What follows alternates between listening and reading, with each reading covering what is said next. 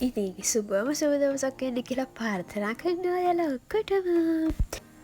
ජීවිතේ තමන් වෙනුවෙන් තමන්ගේ පවුලේ වෙනුවෙන් එකම එක හරි දවසක් තියෙන්න ඕනේ. මං කියන්නේ ඒක මොනම හරි විදිහට ස්පෙන්ඩ් කරන්න අනිවාර්යෙන් තියෙන්න ඕනේ. ඉතින් අපි අද යනවා ඒ වගේ ඩේ අවුට් එකකට.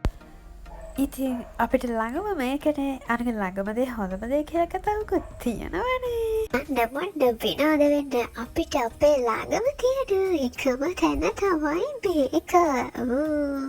මේ බලන්න ඉතින් ස්විමින් පූල් එකේ ලස්සන නැහැටි. ඇත්තටම අපිට මේක තමයි ළඟම තියෙන. ඒක නිසා අපි මේකට තමයි යන්නේ. ඉතින් බොම්බ සීතල කොකා කෝලා විතරුවා. මෙතනට නමම හරේ මාසයි ගයක් ඇතුළට වෙලා සින්දුවක් කියනට වඩා වෙනසකටත් එක්ක මේ වගේ තැනක සින්දුවක් කියන එක ඇත්තරම ඒක නම් මාරයි. මේ තියෙන්නේ අපේ ඩිනා එක. මේ හැම ට්‍රීට්මන්ට් එකක්ම අපේ බප්පා ගානේ. හරිම රසයි ඇත්තරම මේ කෑම නම් මාරම රසයි. දයදුල්ලු බාපේ මේ හැම දෙයකටම ගොඩක්ම ස්තුතියි. ගොඩක්ම ස්තුතියි.